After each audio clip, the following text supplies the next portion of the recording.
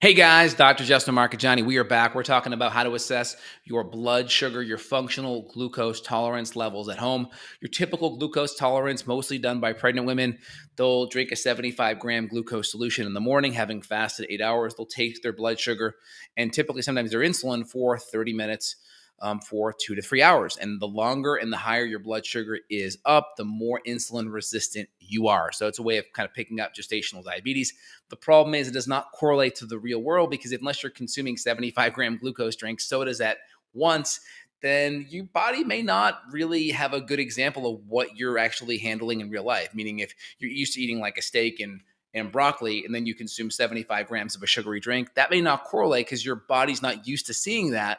So you could have a higher reading, even though that may not be something that you do in your real world example.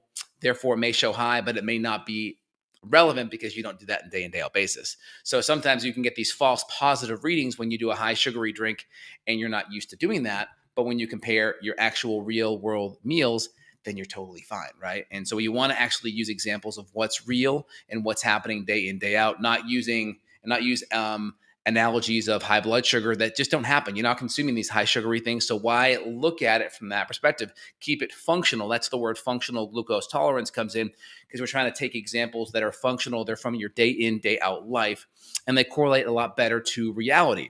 So a couple of things that we're going to use here. I like to use Heads Up Health, partly because they connect with my blood sugar meter. I like the Keto Mojo. There'll be a link down below, justinhealth.com/Keto Mojo. There'll be a link for Heads Up in the description. You can click there. This is the one I use. I like it because it's got a Bluetooth connector, connects to my phone over here, which allows me to have my blood sugar readings graphed out. I can also import it and plug it into headsuphealth.com so I can see it there as well, and then it graphs it. So it's really nice because I can actually visually see it, and it stores blood sugar readings. Also, this tests ketones, which is great. If you do any ketone testing, use like the Abbott Precision Extra. Those ketone strips are like $2 or $3 a piece. Keto Mojo is down to $1, so a lot cheaper if you want to measure your ketones. So very, very nice.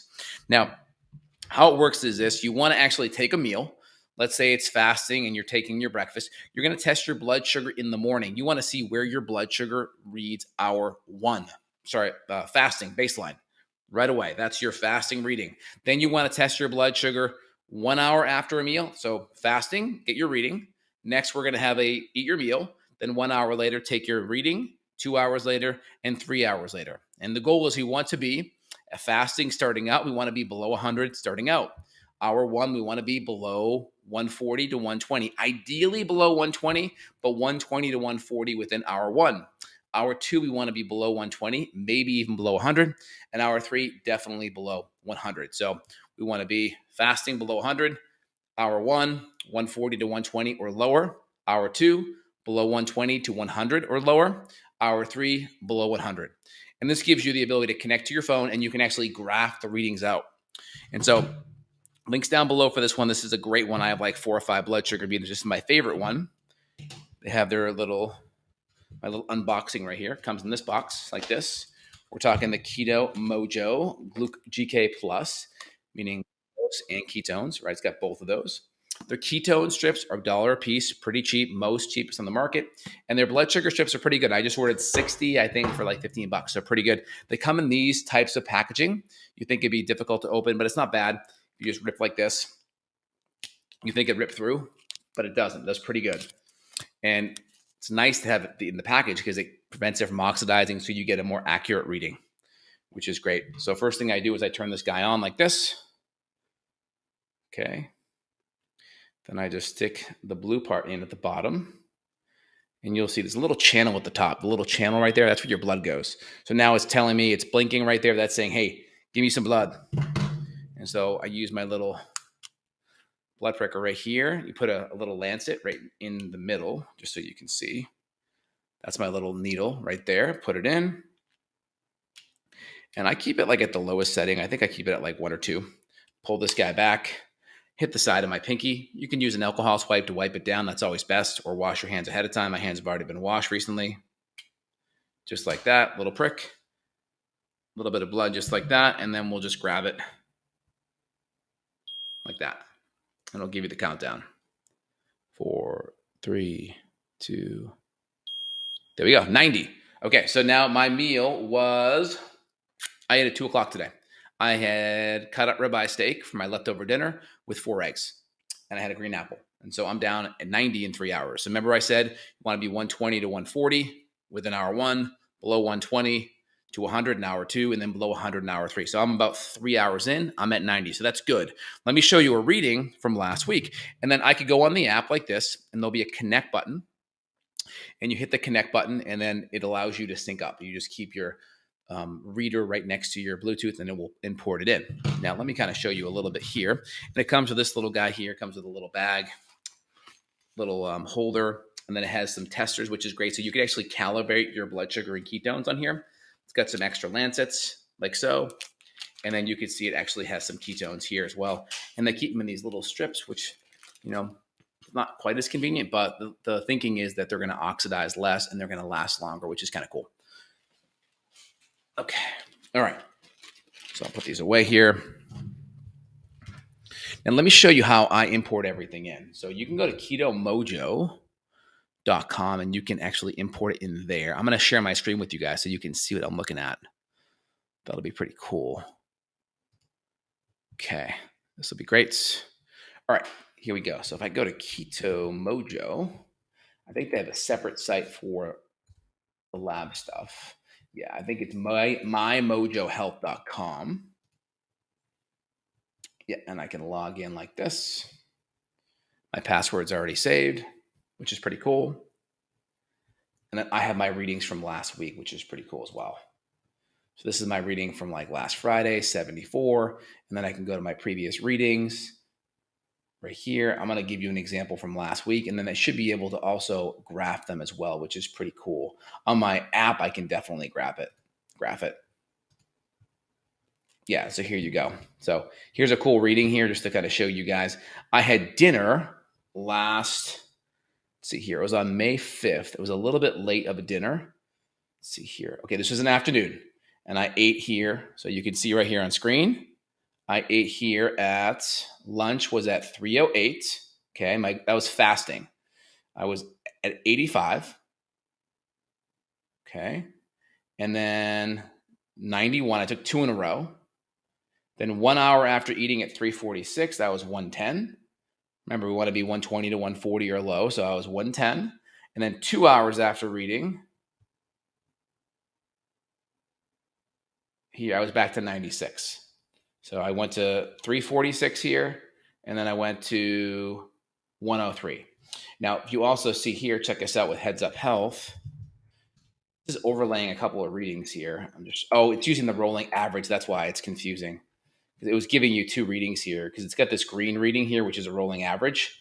So I'm not sure how to turn that one off. I'd have to look at that one. Let me see if I can turn it off. That's why it's giving me 2 readings. That's why it's a little bit confusing to read that. Okay, here we go. So here's my last Friday, right? We talked about 85 was fasting. Then about 1 hour later, about 40 minutes later, I was 110.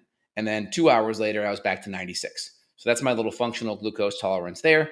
And this was my Thursday night meal. Okay, this was a little bit later. I ate at 9. I was working late on my book. This is fasting, 91. Okay, my dinner was I had ribeye steak and broccoli. Blood sugar shot up an hour later to 120. And then at 11 o'clock, right around bedtime, back to 93. So I passed that glucose tolerance test, right? Fasting below 100, check. Want to be 120 to 140 or below, 121, good. And then hour 2, I'm back below 100. Remember, hour 3, below 100 is okay, but hour 2, I was below 100 as well, which is kind of cool. And then you guys can use headsuphealth.com. I'll share this tab with you so you can easily log in. A couple of things about Heads Up that I like, links down below. Create your account. It's free. Now, a couple things you can do. Files. You can take any of your labs that you have. Let's say you have old PDFs and you want to import it. You can do concierge service. I've already uploaded blood work from last year. Click the upload button, put concierge, put date, name the lab, and then drag it in there, and then you'll hit upload and you're good. Mine's already here. It's uploading right now, which is pretty cool. And then on the dashboard, you can integrate the different connectables that you have. So I have integrated right now my Fitbit. Let's see, where is it? Fitbit's right here. This is telling me about calories right now. Yeah, so steps, So 15,000 steps yesterday. Right now, end of the day, I already have like 16,500. I'm like, I'm doing really good today. Ketones right here. And so you can look at your Keto Mojo. I have it imported, which is really cool. So I can go to reports right here, click reports, and I can do glucose from my Keto Mojo, and I can do day. And so here's from last Friday, right? Remember 308.85. An hour later, I was at 110. And then 2 hours later, I was 96, which is pretty cool. And then I can do the day earlier. Remember, I said May 4th. Remember, this was the same reading. So this was 9 o'clock at night, 91. An hour later, 121. And then an hour later, back below 100 again. So you can easily import this here in Heads Up Health. The cool thing about Heads Up is the importation of like your Oura Ring, your Fitbit, so you can track your steps. I can have my sleep here, right? I can have my steps, my calories. I can have all of my readables, your Oura Ring. You can put your HRV in here as well. You can upload your lab test, which is great. So if you have a bunch of labs that you want to just import in, someone else will go in here and actually type them up for you. Then you can go to reports and then you can graph everything. You can look at your previous CRP, your previous homocysteine, etc., which is pretty cool. So again, this is Dr. J here. I just wanted to review that with you guys. Functional glucose tolerance gives you a great way to look at your insulin sensitivity. The more resistant your cells are, the longer the blood sugar stays up and the higher it stays up. That's an indirect look at how your body's handling your actual food. So you can test it with foods that are higher sugar, higher carb, or more inflammatory. That blood sugar will stay up higher and longer. You can also test it and start reducing the carbs in your meal or go for a 5 or 10 minute walk. You'll see your blood sugar get better, and that's a good sign. So again, fasting below 100, 1 hour, 120 to 140 or lower, 2 hours below 120, hour 3 below 100. And in hour 2, you can even be below 100. Mine were all below 100 within hour 2. That's where you want to be ideally. The more sensitive you are means the less insulin you make. The less insulin you make, the less chance of inflammatory byproducts, advanced glycation end products, microvascularizations, peripheral neuropathies in the extremities, eye hemorrhaging, brain hemorrhaging, strokes, dementia, Alzheimer's, right? Insulin, the insulin degrading enzyme in the brain is the same enzyme that is responsible for cleaning up plaque in the brain. So if you have more insulin there, it's mopping up that insulin and not mopping up the plaque in the brain. So just think about that. This is a great way to assess it. And then it's not just about assessing it. Now, how do you graph it? How do you look at it so you have easy recall? My general recommendation is take 3 meals a week, take a random breakfast, random lunch, random dinner, and see how you do. If you're testing high, it's too high or too high for too long, cut back the carbs, add in some movement. That's the first 2 places to go in. And then we can also add in supplementation like magnesium, chromium, cinnamon, gymnema. We can add in nutrients like that to help bring the blood sugar down by improving insulin sensitivity from a supplement level. All right, guys, hope you enjoyed today's video. If you did, links down below. If you want to reach out to myself for more functional medicine support on this topic, there'll be a link down below. All right, guys, take care. Have a good one. Bye, y'all.